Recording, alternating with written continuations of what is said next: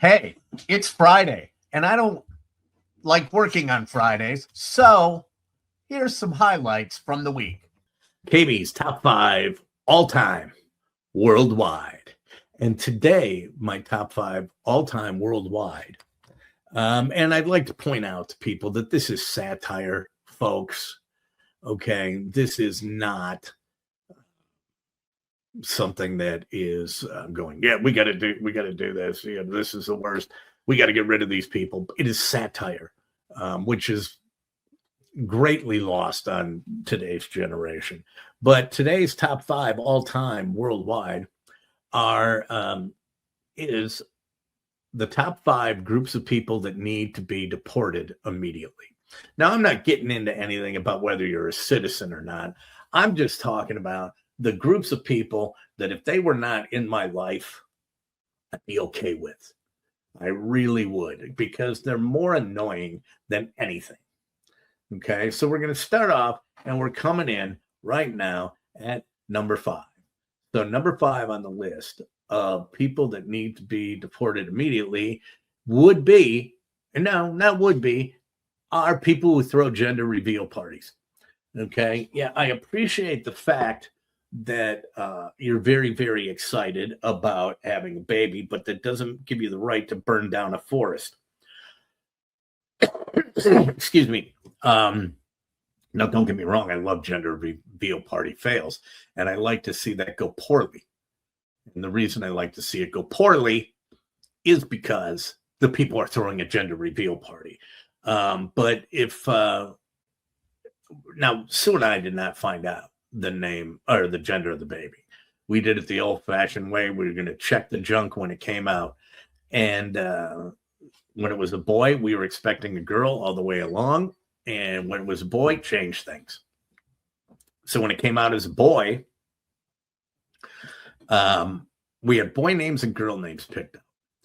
And the boy name or the girl name was going to be Aaron. And the boy name was going to be Eric. 2 good names, Aaron and Eric. Two great names. So he arrives, bursts on the scene, if you will, and then they take the baby and they go over to this little table, and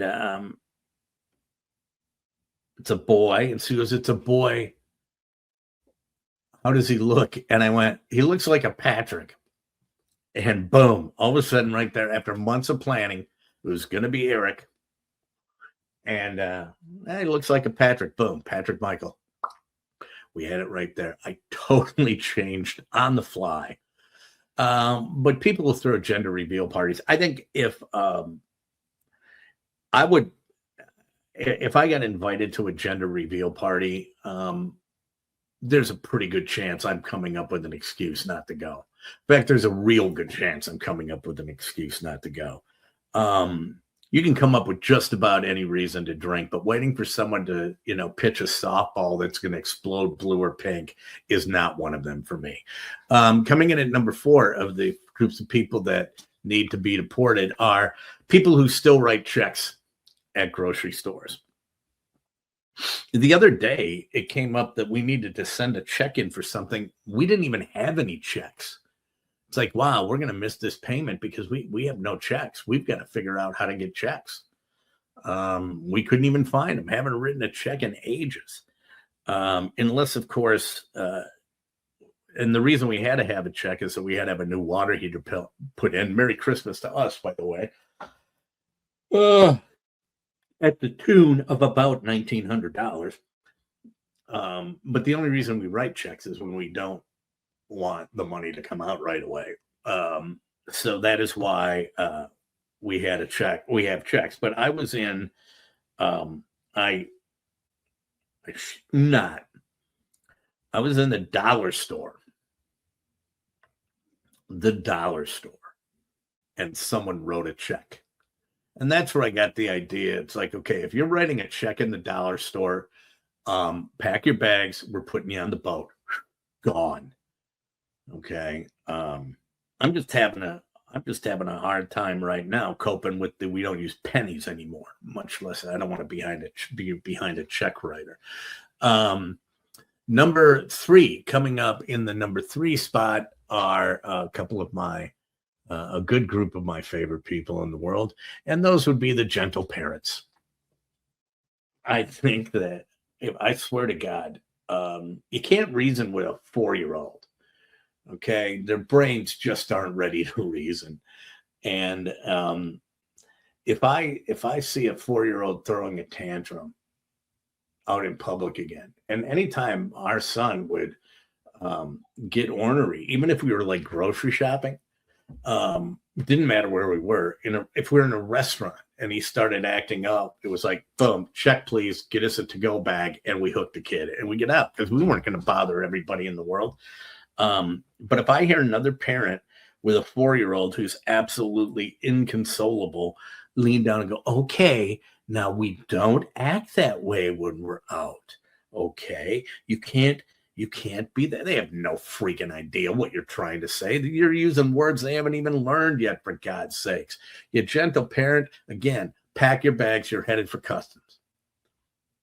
Coming up, and the number 2 group that need to be deported, a group of people that need to be deported, are people who order a more expensive drink when, and they switch the drink when you buy. We were out, and there was kind of like a rider. It wasn't on a dice game or anything like that. You definitely don't do it in a dice game because you're going to get your chops busted like there's no tomorrow. But someone was drinking like a Mick Ultra. I go, hey, let me get you one. Boom. All of a sudden went to big liquor. It's like, whoa, whoa, whoa, whoa, whoa, whoa, whoa. No. You drink, or you always downgrade.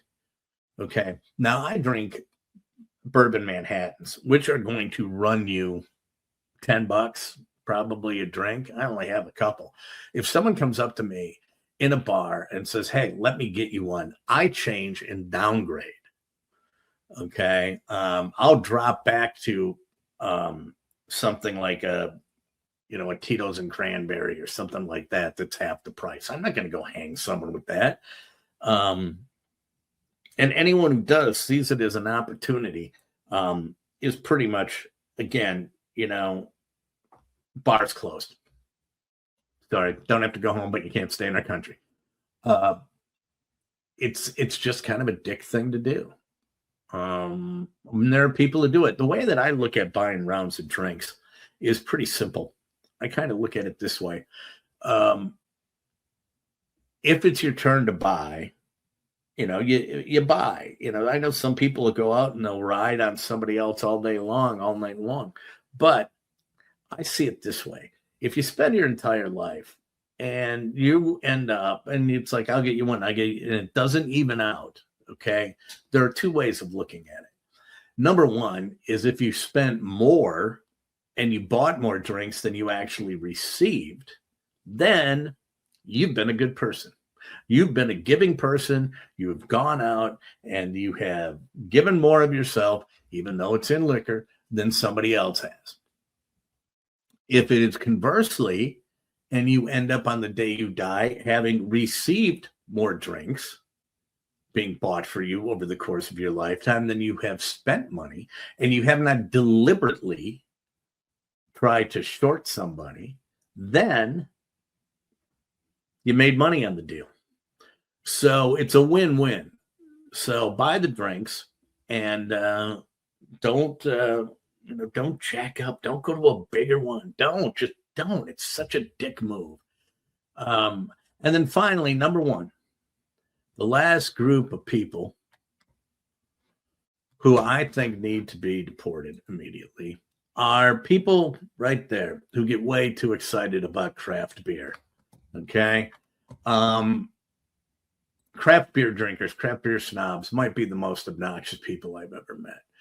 There's an old funny street joke that says, hey, do you know how you tell the craft beer guy at a party? He's the guy that brings a 6-pack and leaves with 4, right? And every craft beer, it's named the same way. It's like you take it's sexual innuendos combined with a different type of an animal. So it's like Goose Snatch, India Pale Ale. No, I mean, it's beer, okay? It doesn't need a backstory. You don't have to tell me how hoppy it is, because I really don't care. This is good, very hoppy. All right, who cares? Do I like it? Does it taste good or does it not taste good? All right.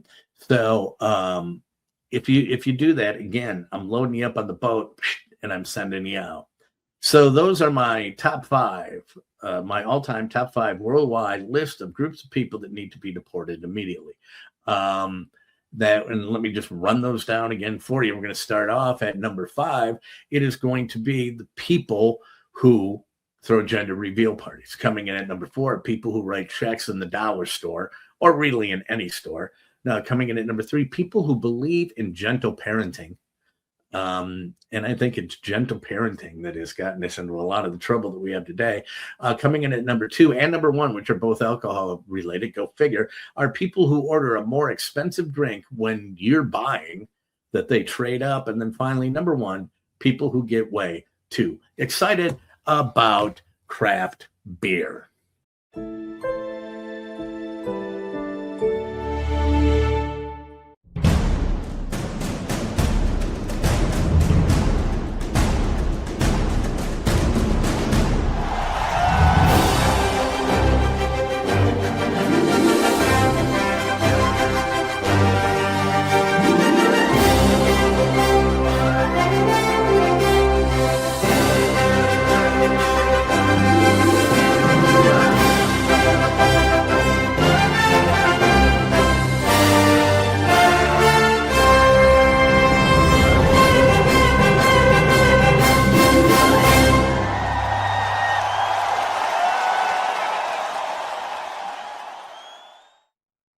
Personality that they were on the radio, but that didn't really happen to you, did it? You grew a ponytail.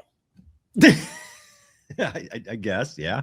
Well, I mean, my timing, I had been growing the ponytail before I got let go, to be fair.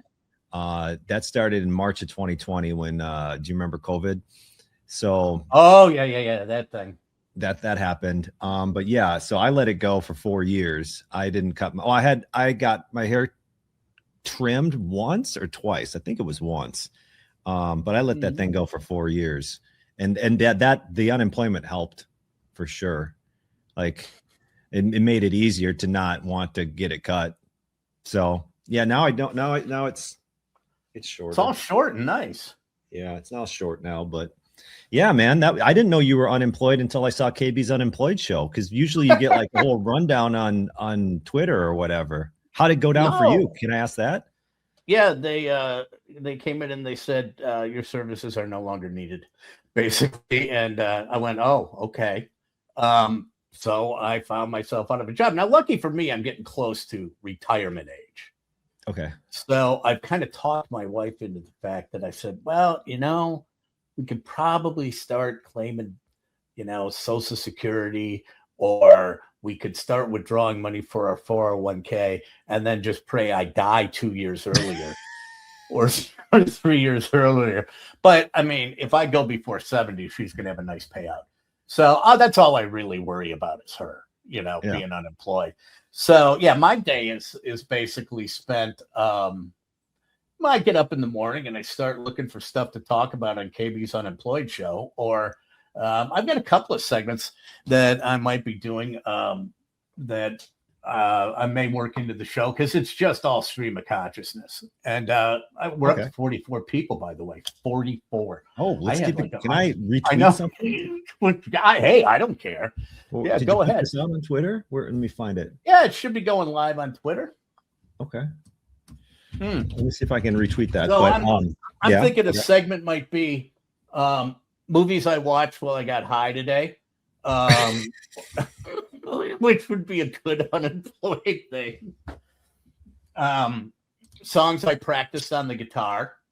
But today I always do my top 5 things. Today is going to be a rundown of my list of my top 5 favorite guitars that I own. I have guitars of what? Guitars that I own. Oh, guitars that you own. I'm sorry. Yeah, because I have I own 14 guitars. Between Drew, myself, and our buddy John, we probably have I don't know, close to 30 guitars. Wow. And yeah, but this is the cool thing. we've got it all figured out with our wives that they don't know what guitars we own. So what does that So mean? if I buy one, Oh, okay. I could go, she'd go, where'd you get that guitar? And I'll go, it's Drew's. Or if Drew buys one, where did you get that guitar? Oh, it's KB's. And they don't know because we all have so many, which was this great thing. Which brings me up to a question that I'm going to ask you, John. Are you into collectibles? Do you have any collectibles? Is there anything that you kind of ferret away at all? That would be weird. Well, not guitars, but sports cards. Here's one I got right here. Tim Dillard. Tim Dillard. Yeah. Yes. 30. Sorry about that. I'd say sports cards. I don't think I have any good sports cards around me though. But sports cards, like I got into that in 2018, and then that's when everything was like peaking, and you could sell anything for any amount of money, and it was wild. Really? Yeah. But I got a second year Jordan. I got a LeBron rookie. Those types of things. Yeah. A LeBron rookie, really? Yeah. Yeah. Have you been watching the Golden Touch on Netflix? I watched a couple seasons. Yeah, I met Ken Golden at the National Sports Card Show this summer. Really? Yeah. I was like, hey, I watched the show. Can I take a picture? Well, he's a piece of work, but man, he dropped some coin. Yeah. He dropped some coin on some of those things. He went in and made it all. A guy had a I don't know, you would know this. What do they call him? A logo man card? Okay, yeah. Yep. That's would be what? It's the one where they get the logo off a game worn. Yeah, off a game worn jersey. Yeah. Yep.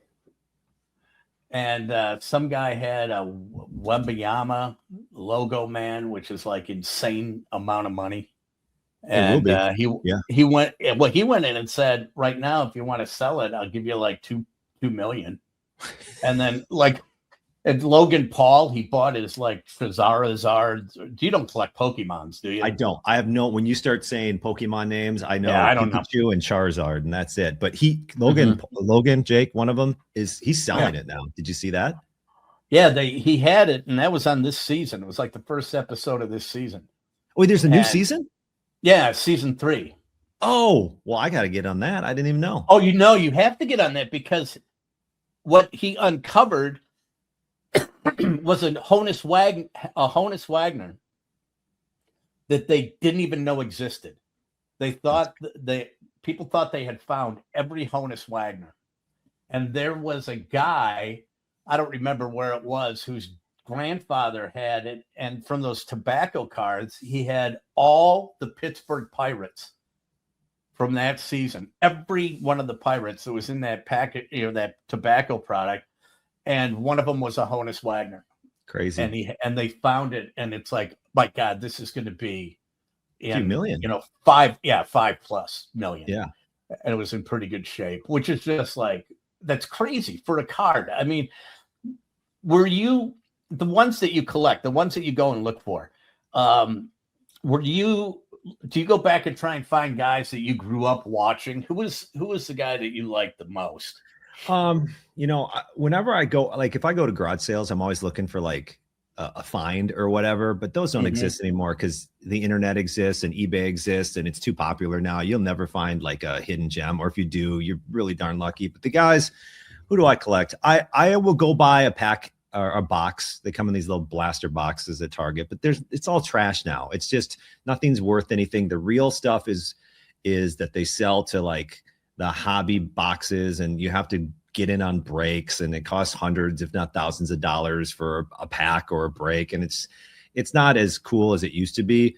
I just collect Jordans. I'm looking for a 1989 Ken Griffey Jr. Upper Deck rookie card, but the only way now, there's hundreds of thousands of them, KB. So it's not like I can't find one, but I want to get it out of a pack. I want to open a pack, see, look, I got my Griffey rookie. And I've been wanting to do that since I was 10 years old. So I have been buying packs of 1989 Upper Deck. They're like $15 each when I go to the National Sports Card Show every year when it's in Chicago. And I have never gotten a 1989 Ken Griffey Jr. Really? That's the only one I want. I was one of those kids who had, and I remember having all these cards, right? When I was a kid, and my mom was every mom who got rid of them when I moved out of the house. I mean, at the time though, we're talking about in the late 70s or 80s when they probably disappeared. I somehow in the back of my mind, I'm thinking, well, maybe she just put them away somewhere, and she hasn't told me yet. But I doubt it. No. But you could have paid, you wouldn't have had to sell everything for retirement. You could just been employed and sold some cards. Well, I know that I had a bunch of football cards. I'd never really collected baseball cards. Okay. Even though now baseball's my favorite sport that I watch. I watch more baseball than anything else. But I never really collected baseball cards. But I had basketball cards and I had football cards. Okay. A lot of football cards. Now, the oldest football cards I have, my mom found a couple when I was 4 years old. This is wild because the Packers, and I've showed these pictures and these cards to people at the Packers. I just showed pictures of them to Ed Policy because they used to have picture day when the photographers would come to take pictures of the football players for the cards. But in Green Bay, where I was living at the time, I'm 4 years old, you would go to the practice field, and it's the one on Oneida, and no one was ever around. Football wasn't that big. And they would have picture day on a Saturday, and you would go out, and they'd pick you up and get your picture taken with them. So I have mine with Doug Hart, Leroy Caffey, and I'm trying to think. There's one more. I'm trying to think of the other one that I have, where they're holding me. And my mom found those cards from that year and then framed them and gave them to me. I don't know if they're worth anything or not, but it's pretty cool. So you're in the card, like in the picture? No. The picture of them holding me and then the card next to it. Yeah. Oh, I see. And the reason I showed it to like Ed Policy and Mark Murphy was if the picture is taken facing west, so you can see Lambeau across the street. And that's when Lambeau was just a metal shell. Okay. And there's no facade.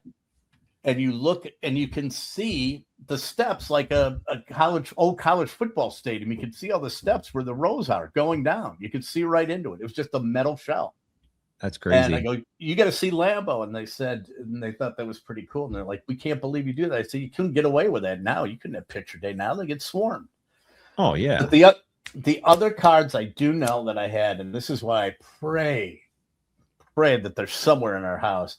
I had basketball cards, and those were the long ones. Oh no, yep. The portrait like ones like a thumbnail would be now. Lou Alcindor, Oscar Robertson, rookie. Yeah. Lou Alcindor, Oscar Robertson was one that I remembered. I want to say Bill Russell, Dave DeBuscher, all those guys from the Knicks. And then I've seen a price on that Lou Alcindor card, and I'm like, dear God. I'm bringing it up. Oh, yeah. Don't, John. Don't. No, okay. I don't even want to know. How much? Well, did you take care of your cards? Yeah. I mean, I'm sure like if I was going to, they would be sitting in a bag or a box somewhere. And I'm sure if I was going to do that, they would be probably rated in the 4s or the 5s. But there's not a lot of stuff that's 9s or 10s now anyway, is there? No, not at all. So that's not bad. Looks like it's like a yellow background. Couple thousand is what I have for the rookie. My favorite story for the Kareem rookie is, Mike Keller had one. Really? And hey, another unemployed radio guy. We'll all be there eventually. Eventually. Kareem, he's changed his name, and Heller scribbled out Lou Alcindor and wrote Kareem Abdul-Jabbar on the card. He didn't keep it. I was like, that would have been the funniest card to have. Okay. And again, that's when autographs were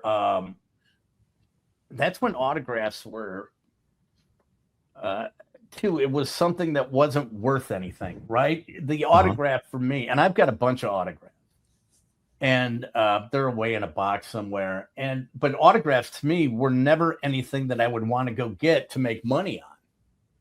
Right? That was a memento of the moment. It was like, you got it because it was cool. You wanted to have it. When I was at this game, I've got a 1966 Notre Dame football game program, which is the year they won the national championship, signed by Coley O'Brien, who was the quarterback at the time.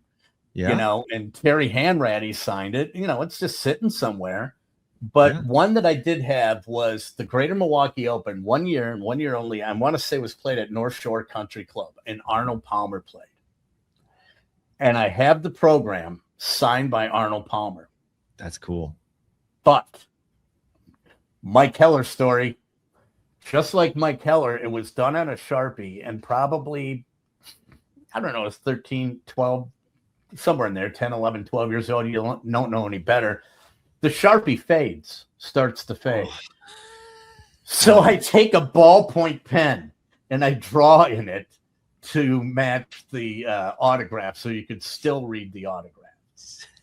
you tried to, yeah, that's too bad. And so, but the one that I would say, I've got a Jack Nicklaus hat that was signed, but the best one that I have is I have a virgin copy, never played, of Born to Run, Bruce Springsteen's Born to Run, signed by Clarence Clemens. Who's Clarence Clemens? His sax player. He's the guy that was on the cover with Bruce. Oh, okay. Yeah, so I have that, and that's starting to fade, and I don't know what to do with it. I've got a 50. Don't write in over it. No. It's a 1950s, and I have a 1953 Braves team ball. Oh, that's cool. And that's almost all faded. You can only read maybe 5 or 6 signatures on it. And Ernie Davis, Drew and I interviewed him at the Wisconsin Sports Hall of Fame, and Ernie Davis's dad played on that team. Okay. And he was a pitcher, and we were talking about it, and I said to him, I've got a 53 team ball, and a lot of the signatures are faded, but if your dad is on it, I'll give it to you. So I did. I had someone send it to him. Well, what am I going to do with it? Nothing. Really? You're going to look at it, and you're going to put it somewhere, and you're going to be like, I think it's in the basement under the thing. Yeah. That's exactly it. So I listened to you quite a bit, John. Okay. I listened to you quite a bit in the last couple of years, and I don't know how I got into it, but I have gone heavy into women's volleyball. And you, of course, are the voice of Wisconsin women's volleyball. And how did you get that gig? When did you start getting into women's volleyball? And because when you said you were calling those games, and this is before I was into the sport, I said, how do you call volleyball? How do you do that? How do you call volleyball and make it interesting on the radio? But once you start watching it and then you listen to you can kind of visualize what's going on. How did you get into women's volleyball? Yeah. So, working at iHeart back when they had employees, and, we got the Badgers contract, and they decided they wanted to do more for the Badgers contract. And they said, we're going to broadcast more volleyball games, and we need somebody to do it. Do you want to do it? And no hesitation, I'm like, yes, that's something I want to do. And I have no KB. I'd only been to like a high school volleyball game. That's I played it, in PE, as a 5th grader or whatever. So 2008 it started, and I just took it from there, and now it's 2025 and I'm still doing it. But so 17 years. Yeah. 17 years. Don't. And how do I do it? You just say what's happening. That's all.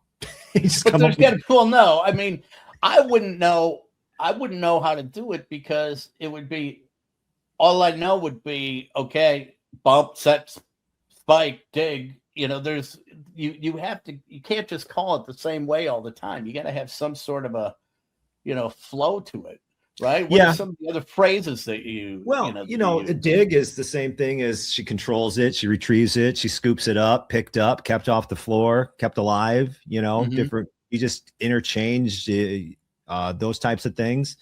So, I have a list of words that I keep with me just in case I keep saying the same thing over and over, and I'll just glance down and be like, okay, enough of that. It's time to say this. Like an attack, like she walloped it, she smashed it, she smacked it, she smashed it, she whatever. I can't think of anything off the top of my head right now, but yeah, I mean, what you just said, that's how I felt in my first game.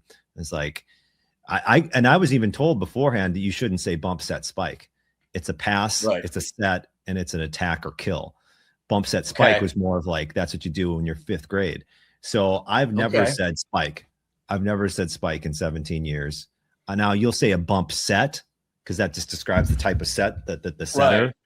Right. But you won't say like off a serve or off an attack. You won't say that, bumped up forward by so and so. Just like dig goes to the right or pass goes up to the middle, something like that. So, but you learn bump set spike is a no go.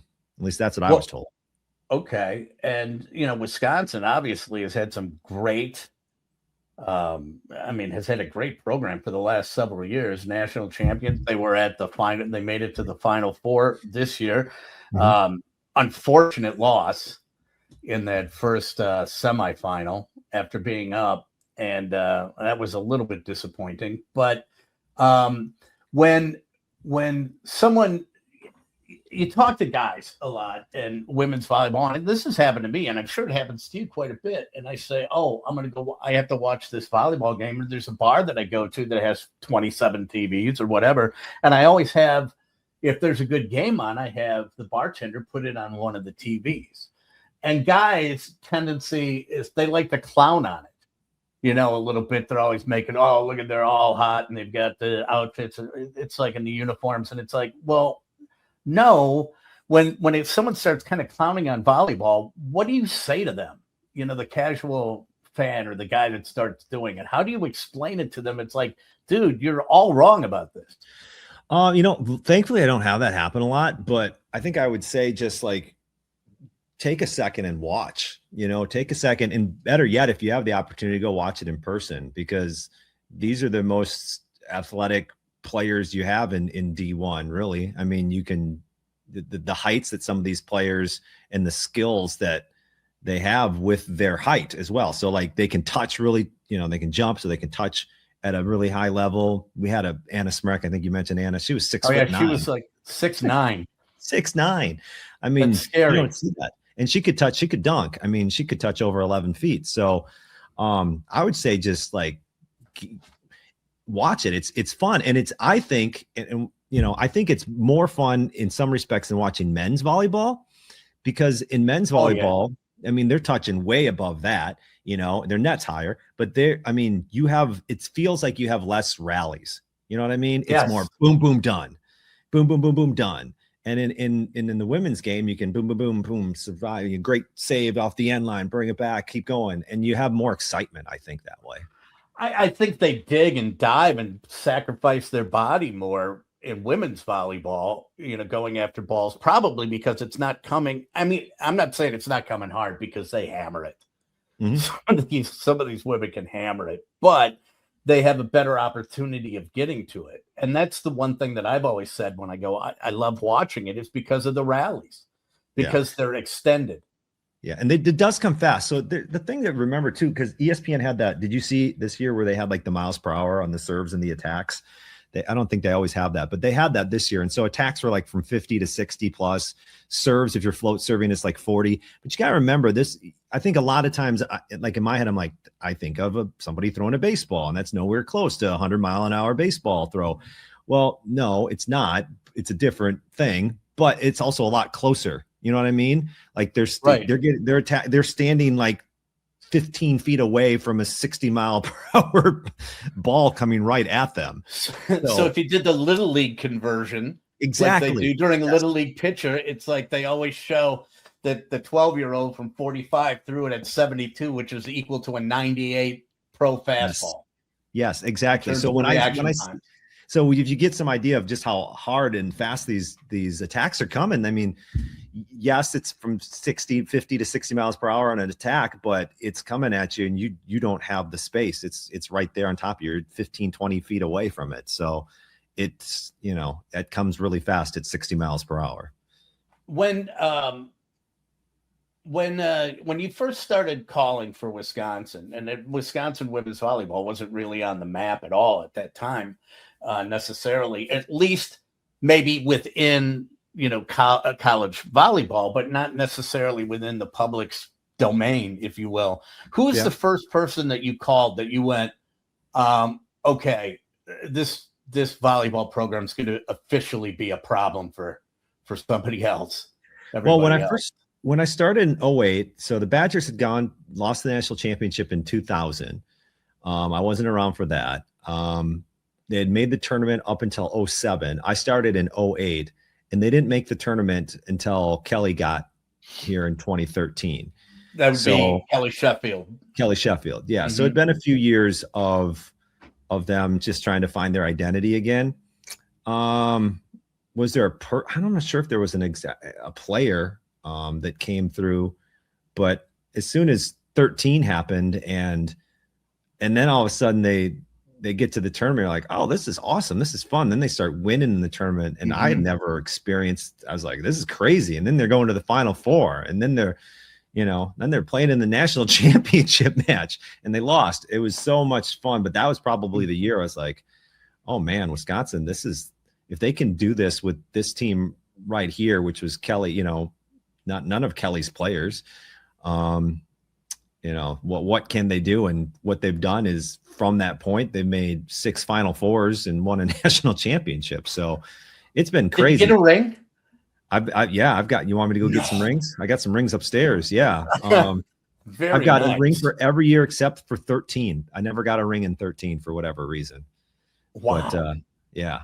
So the only for up until 2003, probably for about 8 or 9 years, I was the in-arena PA guy for the Admirals. Yeah. And the 2004 schedule comes out, and there was a lot of weeknight games, and I was doing morning radio, and then I was also doing a regular day job, so my days were insanely long. And I got a lot of night games in 2003. And I said to, Mike Wojciechowski of the Admirals, I go, hey, you know what? I'm going to have to I just can't do this. It's just going to kill me. And I Wally pipped myself, because the guy that took over was the son of the longtime announcer. So it's great that he's got the job, and he's very, very good. But 2004, the year I quit, they won the Calder Cup, and I would have had a ring. I could have gone out and lied in bars to people. I could have worn that big ring out. Oh yeah, I played out.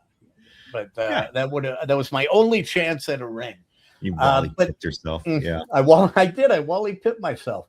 So people that are watching volleyball, what is one rule, I guess, or strategy or something that the casual fan would look at and go, wait, what just happened? Because I'm used to gym class volleyball where it's rotate.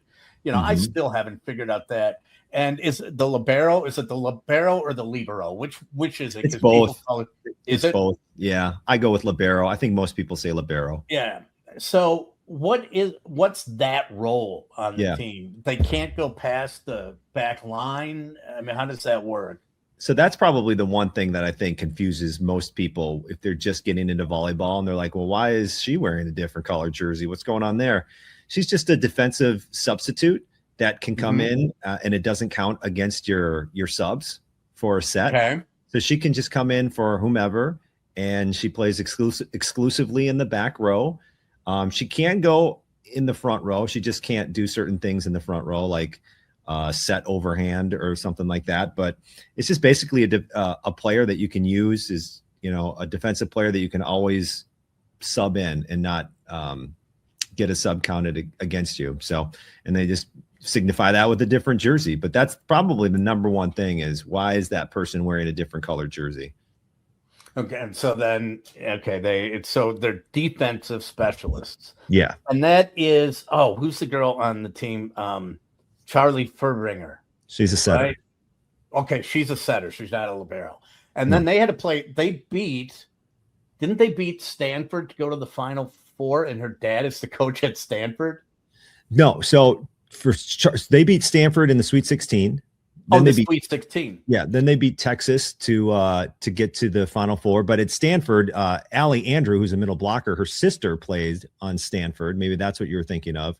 So Lizzie Andrew played for Stanford. So it was the Andrew sisters going 1v1 there in the middle. Okay, I thought I saw that her dad was a coach somewhere. Well, her dad is a coach too, but not for Stanford or Texas. Her dad coaches the pro team in Madison. Love Madison. Oh, okay. So here's what's funny. So Lauren Carlini is an assistant coach. She was a former setter. She's an assistant for Wisconsin. So she is working close with Charlie because they were both setters. and Carlini plays for Love Madison, which is coached by Charlie's dad. So Carlini is getting coaching from Charlie's dad and then coaching Charlie. So Okay. yeah, so that's probably what you're thinking of. So yeah, so Love Madison is a pro team. They're in their second League One volleyball, but they call it Love because LOVB became Love. And yeah, so he coaches Love Madison. That seems to be pretty popular. The women's pro league. It seemed to catch on a lot more quickly. And in Madison, they put a lot of people in the field house for that game, or in the they played a couple for the Love games. Mm-hmm. Yeah, so they played a couple at the field house. They're playing all at the Alliant Energy Center. Okay. The rest of the season last year and all this season will be at the Alliant Energy Center. I think they get a few thousand. Yeah, but there's two pro leagues right now. So there's Major League Volleyball and League One Volleyball, and they both exist right now. And I'm not sure how that's going to look in 5 years, but I would think at some point maybe they merge. Seems like a likely scenario. It's like the Live Golf Tour and the PGA. You know, they're stealing the great players. Now, when does that season start? Because I did catch a little bit of it. And they're not traveling a lot though, are they? There's six teams in League One. They're expanding to California and Los Angeles and Minneapolis and somewhere else. I don't remember, but they're expanding in the next couple of years. There's 6 teams, Houston, Atlanta, Madison, Omaha, Salt Lake City, and the other team that I can't remember right now. Yeah, so they play at Alliant, and they were on ESPN Plus. So yeah, it's fun. I think it's cool to have a different option for these players, because usually they're just like, okay, see ya, I'm going to go to Italy. And then is Italy big in professional volleyball? Yeah, pretty much Italy, Turkey, overseas, and then you never see them again. You know, so I think it's cool that, you know, for fans, they can still keep track of their players. You know, as a kid growing up, you always watched college hoops, and then you watch the guy playing the NBA. You know, right? That was the way it happened. And so for fans watching volleyball, they're like, okay, now I have no access. I mean, I have the internet, but there's not a lot of coverage of the Italian leagues. I mean, you could go pretty diehard if you wanted to, but I think it's cool to be in the States for sure. Well, I mean, there'll probably be a channel for that before you know it. I'm sure that the way things are expanding. But there's I've kind of latched on at some very good players, and a couple that have since moved on are both playing professionally, who I kind of got into watching last year was Anna DeBeer at Louisville, who was a solid player, great player. And then libero was Lexi Hernandez at Nebraska, who's like a legend. Rodriguez. Lexi Rodriguez. I have a friend named Lexi Hernandez. Okay. Lexi Rodriguez, and she's playing professionally. But there's 2 players now that I saw this year that just absolutely blew me away. And one of them was London Weejay. She's like a sophomore at USC. Yep. And you want to talk about someone who gets some height. And now you get to call that because you're calling in the Big Ten. Yeah. And she's only like 5'10". And I mean, she's got some hops to her. Yeah. I was going to say, yeah, she crushed us. USC beat Wisconsin this year, and she had a big match, like 24 kills. Lexi Rodriguez, it's funny. Like, I went to a few Love games last season, and 2 of them were against Omaha. So Lexi Rodriguez is on that team. She is immensely popular. Like, that is what every kid there is trying to get a picture or an autograph from, is Lexi Rodriguez. Really? Yeah. And it was a weird thing where she got put on Omaha because, here's the other thing. In Love, they don't draft. They just try to they assign players to try to make a balanced league right now. At least that's the strategy right now. I don't know if that changes in the future. Do they keep them close to home too? They usually do. Wisconsin players on the Madison team? Usually, although if that were the case, Mimi Collier and Carter Booth should be playing for Love Madison this year, and they're not, which is a big bummer, I think, for a lot of Badger fans, because they probably wanted to see that. But they usually try to keep them together like that. But no, she didn't play a lot. That's the thing. Like, she was behind an Olympian libero. So she like barely played and is like probably the most popular player in that league. Yeah. And the other one that blew me away, and they didn't make it. I think I watched them in the Elite Eight. I don't think they made it to the Final Four. Was Kendall Bashir at Cal Poly? Oh, geez. Okay, let me bring her up. So I know, I Yeah. know a volleyball player that you don't. Yeah, Or I didn't know that follow familiar with. Look at her serve. You Okay. have to go watch her serve Okay. because it's like I almost want to see her serve live, because the first time I was just watching a casual game, she served, and I was like, "What the hell was that?" Let me see. And as they went on in the game, Yeah. whoever the female analyst was, who was an Olympian, and I don't recall who was calling the game, went out and they did one of those interviews. They featured a player and they were talking about her serve, and she went to try and return a couple serves, and she was an Olympian. Granted, she's a lot older now. Yeah. When she was done, she showed her forearms and she had welts. Oh, I bet. I mean, this is just crazy. When you get a chance, go watch this, because your jaw will drop. I'm watching right now. So Grace Egan plays for Wisconsin. She has a similar jump topspin serve where she'll toss it high in the air and bang it over, just like Bashir does. There was a player at Penn State in 2013, Micah Hancock. She played on the national team for the USA as well. She's a setter, and she was a lefty that did that. And KB, she was unreturnable. In fact, the Badgers were almost going to go to a fifth set against Penn State in the national championship in 2013. They were ahead, I think it was 23-21. And she came back and bang, bang, bang, couple aces, a couple points, and they won the national championship 4 points later, or whatever it was. And so, yeah, that jump topspin, I want to see what that's like. I've never stood back there, because honestly, I would be afraid, KB. I would get hit. Oh, yeah. I mean, this thing was coming like a rocket, and it was maybe 6 inches over the net. I mean, there wasn't a lot of room. It wasn't, it wasn't the old underhand beach volleyball serve that the fat guys do at all. No. And I mean, she had to throw it 15 feet in the air. Yeah. It's just amazing. Absolutely incredible. Yeah. It's absolutely incredible. I don't know how the coordination it takes to connect on that, but then to connect at such a high rate that your coach says, yes, keep doing that serve, and you're not hitting it out of bounds, that you're getting it in a lot. That's crazy. Not a lot of people jump topspin like that in the game. Most are just little float serves that kind of wiggle like a knuckleball. I knew that you would do that, because I used to play when I was in my 20s. We'd go to the Y at lunch, and I used to play a lot of hardcore volleyball with a lot of guys that played. And, I had no hops at all. I could set and I could serve, and they taught me how to serve. You do that to make that wiggle, because the ball is so light, and it's where the nozzle is.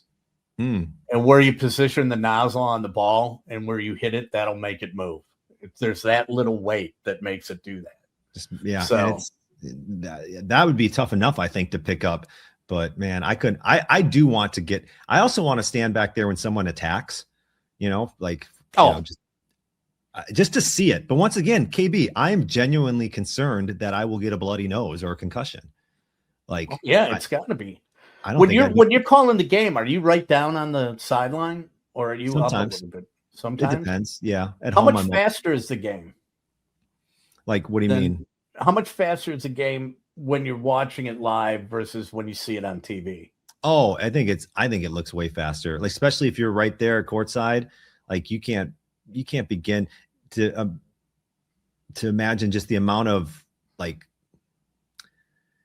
reaction, and like for a setter, for example, like they're reacting in the moment, but then they are analyzing what the best set is and where to go and who, and it's all within like a second. It's like boom, boom. Now the decision has to be made, or you are screwed. So I think the decision making, and yeah, it is. You'd be amazed at just how high the players jump, how hard those attacks are. I mean, there are some you're like, well, no one could absolutely get that. It's just at the right spot, the right angle. It's ridiculous. Well, I'm totally into it. I'm totally grooving on it, and I have YouTube TV, and when you set to record a volleyball, it records everyone that ever plays. So I probably have 700 that I can go back and watch now. But anyway, Jon, thanks for joining me on KB's Unemployed show. I'm glad to see that you're employed now. Well, kind of. Happy for you. I've got 4 part-time jobs, KB. Really? Yeah. Wow. That's how we do it. I've got this, and then when spring rolls around, I'm going to go be a starter at a golf course. Are you serious? That sounds awesome. That is hosted USGA championships. Are you going to name it, or are you just? Yeah, I'm going to go at Erin Hills. I'm going to go be a starter there. What? So I know the guys that are good friends that are the director of golf and the director of golf emeritus. So when I was sitting on the couch one night when I got after I was relieved of my duties, and I was just sitting on the couch, and I shot one of them a text. I said, "Hey, do you have any jobs for an old man who can't carry 2 bags 10 miles?" There's no way I'm caddying on that course. No And way. he goes, "You could be a starter." And I just texted a long thing back that just said, "Good morning, gentlemen. Welcome to Erin Hills, home of 5 USGA championships, most recently the U.S. Women's Open. I'd like to remind you that you might have a more enjoyable day if you play the tees commensurate with your handicap. I think it'll be more fun, and you will get the same type of a playing experience that you would as a professional golfer from the back tee." I say all that stuff, and it had to be about 3 paragraphs long, and he just sent back, "Hired." So I'll be going out to do that. So I'll have 2 part-time jobs. I've Nice. got this and I've got that. But Jon, again, thank you very much for joining me. You're your first guest. I've only done this for 2 weeks. You're my first guest on KB's Unemployed show. And as a guest, I don't have anything to. Yeah, I haven't had any guests yet. Oh wow, Mhm. that's awesome. I didn't know that. I've got some friends. I've got a friend of mine who's gonna be a guest. He's a screenwriter. He wrote Godfather of Green Bay, which is a great movie. The guy was a genius, wrote that, and then wrote in a love scene for himself with Lauren Holly. Genius, man. He wrote It's a Guy Thing too. And so he lives up in Marinette. So he's going to join me one of these days. Cato Kalin's going to be coming on, a dear friend. Yeah. Will be coming on. And so I'm just going to do interviews with friends of mine because I'm unemployed. And then I can reconnect with people I haven't connected with in a long time and ask them how they're doing. That's awesome. It's good to see, Jon. I listen to you all the time, and I'm glad that women's volleyball. I'm going to try and get over to some games. I definitely want to get over to some of those love games, and it's easy for me to do because I got nothing else going on. So, but I'm glad to listen to you, and thank you very much for joining me today as my first guest. And I'll send you something. I don't know what it is, maybe a Starbucks gift card or something like that for being a guest. I'm honored to be your first guest.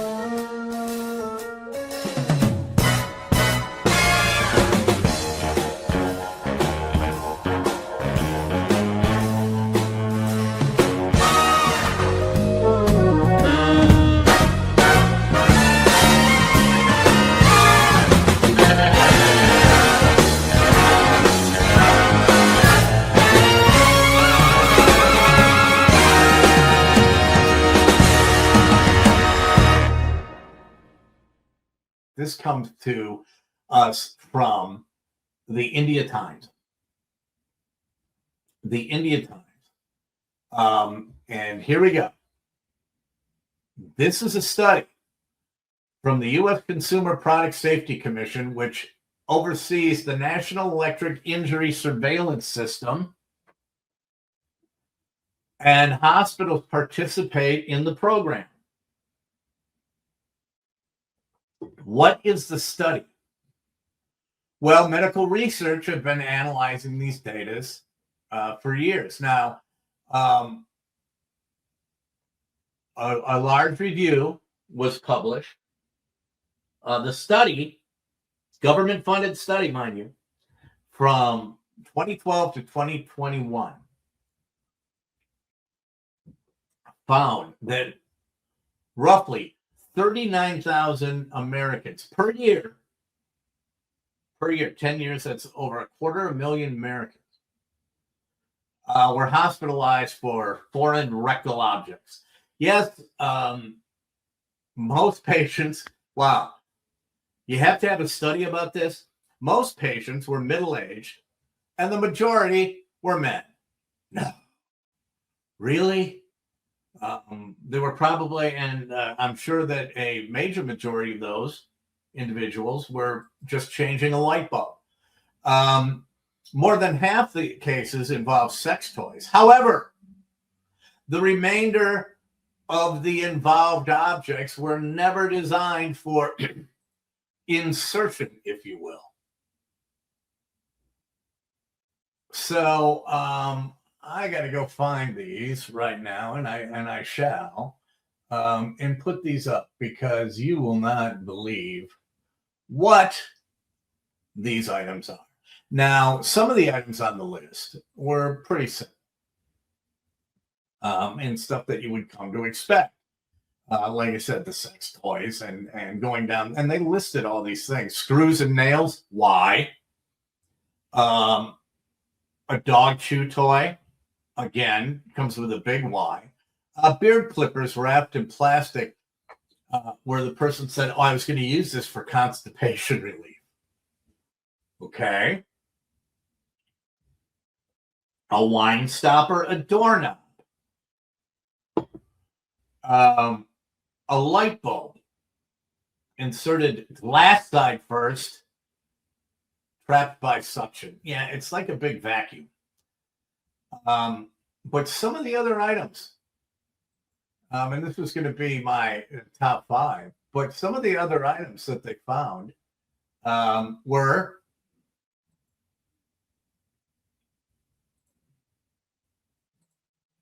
come on. What the? Oh, that's why. That's not. It's like I put it in the wrong place. Hold on. Hold on. These will go up there now. Give me a couple seconds. Like I said, I'm still learning how to do this, so you got to let it slide a little bit. Okay, some of the items that were found were a turkey baster. Okay, I mean, I'll give you that. Okay, I can see if you're into that. I mean, if you're into that shape, I can understand why someone might go, huh, this looks interesting. I'm not going to. I'm not going to go for the turkey baster, but someone did. A second item that they found, that I found to be quite interesting, was the, we'll have to see what this one is. Oh, yeah, an egg. A complete egg. Hope to God it was hard boiled. An egg. You wouldn't believe it. It was the darndest thing. I was changing a light bulb. It was on the step ladder. Slipped right up there, Doc. 1 in a million shot. An egg up the old butthole. We got this. A flashlight. Again, kind of see it, but I'm not going to do it. But if you were in that state of mind, I could see how the flashlight might be a little bit enticing. A shampoo bottle. A shampoo bottle. Okay. Okay. That's about all I can say about that. A shampoo bottle. Some of these objects are quite large. But the one that blew my mind, and if I was going to do this as my top 5 list of things that Americans put up their butts in 2025, this would come in at number 1. A sandal. A sandal. Yes, someone shoved a sandal up their butt. A sandal. Like, first of all, I thought, Birkenstocks were primarily a lesbian thing. Yeah, but a sandal, a Lord board, a Jesus shoe, right up the old bunghole. I can't even. How That's all I can say is I don't even know how you would lube something like that up. And once you pull the strap, once you get, at what point are you going? You have the sandal, and maybe it's only a quarter way up there, and you're going, no, I think I can go a little farther. I think I can go a little farther with that. And go, that's better. Oh, wait, whoop, slipped up. I got the whole size 9 right up my butt. And it's like, what is wrong with people? And I guess what I would say to them is quite simply, what color is the sky on your planet? What color is the sky on your planet that you are looking at your shoes and going, I think I could shove that right up my butt. That looks nice. That sandal right there, all the way up with the red hot poker. I don't think so. So what color